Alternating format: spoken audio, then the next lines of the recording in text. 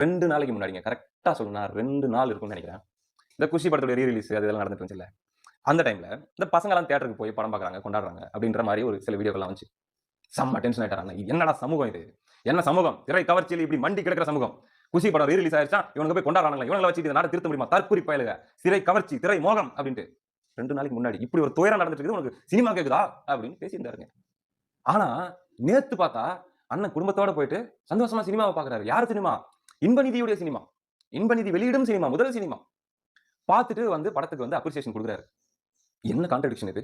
குஷி படத்துக்கு போனவன் அவன் தற்குறி அல்லது வந்து அவன் மெச்சூரிட்டி இல்லாதவன். தற்குறின்ற வார்த்தைய கூட விடுங்க. அவன் மெச்சூரிட்டி இல்லாதவன். ஓகே. நீங்க தான் புரட்சியாளர் ஆச்சேங்க. நீங்க தான் வந்து இந்த சமூகத்தையே சீர்திருத்த வந்த சீர்திருத்தவாதி ஆச்சே.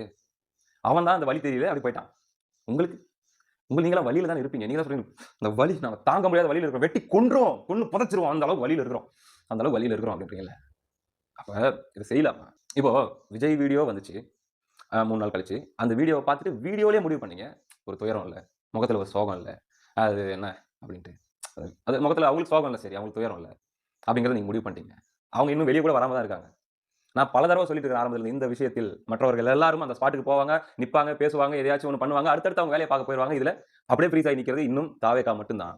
அப்படிங்கிறத நான் பல தடவ சொல்லிட்டு இருக்கேன். மீண்டும் இது நிரூபணம் ஆயிருச்சா இல்லையா? ம்.